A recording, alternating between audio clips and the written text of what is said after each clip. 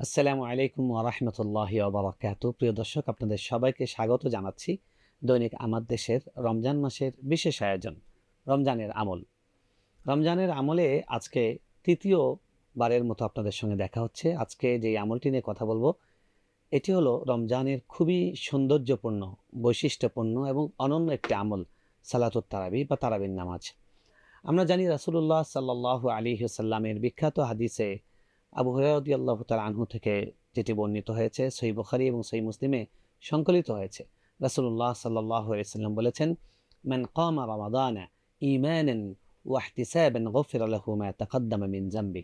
হাদিসটির অর্থ হলো, যে ব্যক্তি রমজান মাসে আল্লাহকে খুশি করার জন্য সওয়াবের আশায় কিয়ামুল লাইল করবে, অর্থাৎ তারাবির নামাজ পড়বে, আল্লাহ রাব্বুল আলামিন তার অতীতের সবগুলো গুনাহকে ক্ষমা করে দিবেন। সুবহানাল্লাহ। কি বিশাল, কি বিশাল, কি মহা নিয়ামত এবং মহা পুরস্কার! যে রমজান মাসে যদি আমরা এই কটা দিন ৩০ বা ২৯টি দিন তারাবি আমরা যথাযথভাবে আদায় করতে পারি, আল্লাহকে খুশি করার জন্য, আখিরাতে গেলে এটার আমরা প্রতিদান পাবো, এটার বিনিময় পাবো, আল্লাহ এটার বিনিময় দিবেন, এই বিশ্বাসের রেখে যদি আমরা আদায় করতে পারি, নারী পুরুষ, তাহলে আমাদের জন্য সুসংবাদ হলো যে এর মাধ্যমে আল্লাহ তাআলা আমাদের গুনাহগুলোকে, অতীতের সবগুলো গুনাহ ক্ষমা করে দিবেন। প্রশ্ন আসে যে এটি কোন গুনাহ বোঝানো হয়েছে? এটি কি সব গুনাহ বলতে ছগিরা, কবিরা সবগুলো গুনাহকেই? দেখুন, সাধারণত হাদিসে যখন এরকম সব গুনাহ ক্ষমা করা হবে এরকম বলা হয়, সেটা হাদিস ব্যাখ্যাতাদের মতে সেটির অর্থ হলো যে ছগিরা গুনাহ ক্ষমা করে দেওয়া হয়। কারণ কবিরা গুনাহ আমলের মাধ্যমে ক্ষমা হয় না। কবিরার গুনাহ ক্ষমা পাবার জন্য আল্লাহর কাছে তাওবা করতে হয়। তাই আমরা যদি রমজানের শুরুতেই তাওবা করে নিই আমাদের কবিরা গুনাহ থেকে। আরেকটি ব্যাপার আছে, অনেকে অন্যের হক নষ্ট করেছেন, অন্যের সম্পদ আত্মসাৎ করেছেন, অন্যের সম্পদ হরণ করেছেন, জাতীয় সম্পদ বা জনগণের সম্পদ ভোগ করেছেন। এরকম ব্যক্তি যারা আছে সেগুলো ফেরত দিতে হবে। সেটা ফেরত দিয়ে কবিরা গুনাহ থেকে তাওবা করে যদি কোনো ব্যক্তি রমজান মাসে এই কিয়ামুল লাইল করতে পারে, অর্থাৎ তারাবির নামাজ পড়তে পারে, তাহলে তারাবির নামাজের মাধ্যমে আল্লাহ তাআলা তার অতীতের সমস্ত গুনাহ ক্ষমা করে দিবেন। সুতরাং আমরা জানলাম রমজানের এই বিশেষ আমলটা কত বড় গুরুত্বপূর্ণ। তারাবির নামাজের ক্ষেত্রে আমাদের সবার প্রতি অনুরোধ থাকবে যে তারাবির নামাজে আমরা খেয়াল রাখবো, তারাবির নামাজ ইমাম যতক্ষণ পড়েন, ইমামের সঙ্গে বিতির সহ পড়ার চেষ্টা করা। কারণ রাসূল সাল্লাল্লাহু আলাইহি সাল্লাম সুনান গ্রন্থে বর্ণিত হাদিসে বলেছেন, যে হাদিসটি সুনানে তিরমিজি, সুনানে ইবনে মাজাহ, সুনানে আবি দাউদে সহ আরও বিভিন্ন গ্রন্থে বর্ণিত হয়েছে। রাসূল সাল্লাল্লাহু আলাইহি ওয়াসাল্লাম যেখানে বলেছেন, মান সাল্লা মাআল ইমাম হাত্তা ইয়ানসারিফ। যে ব্যক্তি ইমামের সঙ্গে কিয়ামুল লাইল করবে, অর্থাৎ তারাবির নামাজ পড়বে, যতক্ষণ ইমাম নিষ্ক্রান্ত না হন, বিদায় না নেন, নামাজ শেষ না করেন। ইমাম কখন শেষ করেন? তারাবি পর্যন্ত পড়ে তিনি শেষ করেন, অর্থাৎ বিতির পর্যন্ত পড়ে শেষ করেন। বিতির পর্যন্ত যদি ইমামের সঙ্গে আমরা তারাবি পড়ি, তাহলে এই তারাবির যেই ফজিলত সেটা তো আছেই, সঙ্গে আমরা আরেকটি ফজিলত পাবো, সেটা হলো সারা রাত তাহাজ্জুদ নামাজ পড়ার সওয়াব আমরা পেয়ে যাব।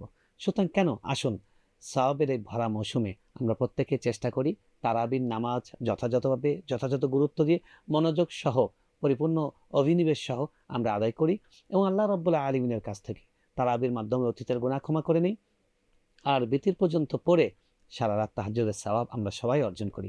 তারাবির ক্ষেত্রে আমরা ইমামদের উদ্দেশ্যেও আমাদের একটি অনুরোধ আছে যে আমাদের মসজিদগুলোতে তারা খুব তাড়াহুড়ো করে, খুবই অস্পষ্ট কিংবা খুবই অনেক জায়গায় হরফ ঠিকমতো শোনাই যায় না, বোঝাই যায় না, মদ গুন্নার বিন্দুমাত্র পড়া করা হয় না, এরকম করেও অনেক মসজিদে তারাবি হয়। তো আমাদের ইমাম সাহেবদের কাছে অনুরোধ থাকবে, তারাবি যারা পড়াবেন, যে আপনারা তারাবির তেলাওয়াতটাও যথাযথভাবে আদায় করবেন, যেভাবে এশায় ফজরে পড়েন। কারণ আল্লাহ রাব্বুল আলামিন তেলাওয়াতের ক্ষেত্রে, কোরআন তেলাওয়াতের ক্ষেত্রে আমাদের বলেছেন, ওয়ারাত্তিলিল কুরআনা তারতিলা। তোমরা কোরআনকে তারতিলের সঙ্গে, অর্থাৎ যথাযথভাবে যথাস্থান থেকে উচ্চারণ করা এবং সেটার মদ গুন্না যেগুলো আছে নিয়মকানুন তাজবিদের, সেগুলো রক্ষা করে তেলাওয়াত করা। তো সুতরাং আমাদের ইমাম সাহেবরা যদি তেলাওয়াতটাও যথাযথভাবে করেন, তাহলে প্রত্যেকটা হরফে 10টা করে নেকি ইমামও পাবেন, মুসল্লিরাও পাবেন। এবং রমজান মাসে আমরা জানি যে সওয়াব অনেক গুণ বাড়িয়ে দেওয়া হয়। কেন আমরা এই সওয়াব থেকে বঞ্চিত হব? এক্ষেত্রে আমাদের বিভিন্ন মসজিদ আছে, মসজিদ কমিটির যারা সদস্য আছেন, মসজিদ ব্যবস্থাপনায় যারা আছেন, তাদেরও কিন্তু দায়িত্ব আছে। তারা ইমাম সাহেবকে অনুরোধ করবেন যে পড়াটা যেন ধীরে সুস্থে হয়, কোনো তাড়াহুড়া করে না হয়। হ্যাঁ, এবং মুসল্লি যারা আছেন, অনেক মুসল্লি আছেন যারা ইমাম সাহেবদেরকে অনুরোধ করেন, অনেকে প্রেশারাইজ করেন যে কেন এত দেরি হচ্ছে, তারাবির নামাজ আরও তাড়াতাড়ি হতে হবে, অমুক মসজিদে আমাদের আগেই শেষ হয়ে যায়। এগুলো কথা বলা আসলে একটি অন্যায়। বরং আমরা রমজান মাস এসছে, এটা কোরআন নাজিলের মাস, কোরআন নাজিলের মাসে কোরআন তেলাওয়াত করা হচ্ছে, এর থেকে সুন্দর ব্যাপার আর কি হতে পারে। এবং এই মাসটিকে আল্লাহ দিয়েছেনই কোরআনের জন্য। রাসূল সাল্লাল্লাহু আলাইহি ওয়াসাল্লাম এই মাসে কোরআনের সঙ্গে বিশেষ ঘনিষ্ঠ হতেন, তিনি নিজে তেলাওয়াত করতেন এবং সাহাবীদেরকে তেলাওয়াত করে শোনাতেন। জিবরিল আমিনের সঙ্গে তিনি কোরআন শোনাশুনি করেছেন। সুতরাং আমরা যারা ইমাম আছি আমরা ভালো করে যথাযথভাবে তেলাওয়াত করব।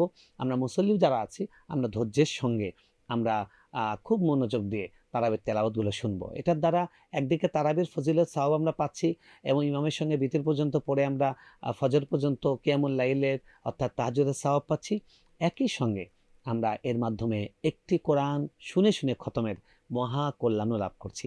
আসুন আমরা রহমতের এই ভরা মৌসুমে আমলের এই সুবর্ণ এই মহা সমুদ্রে আমরা আরও বেশি সঞ্চয় করি, আরও বেশি সওয়াব অর্জন করি এবং তারাবির মাধ্যমে আমরা আমাদের অতীতের গুনাহগুলোকে ক্ষমা করে নিই। আল্লাহ সুবহানাহু ওয়া তাআলা আমাদের তারাবির কল্যাণ দান করুন, রমজানের মাধ্যমে আমাদের অতীতের সমস্ত গুনাহকে ক্ষমা করুন। আজ এ পর্যন্তই, ইনশাআল্লাহ আবার আগামীকাল একই সময় দেখা হবে। হাযা মা ইনদি। আসসালামু আলাইকুম ওয়া রাহমাতুল্লাহি ওয়া বারাকাতুহু।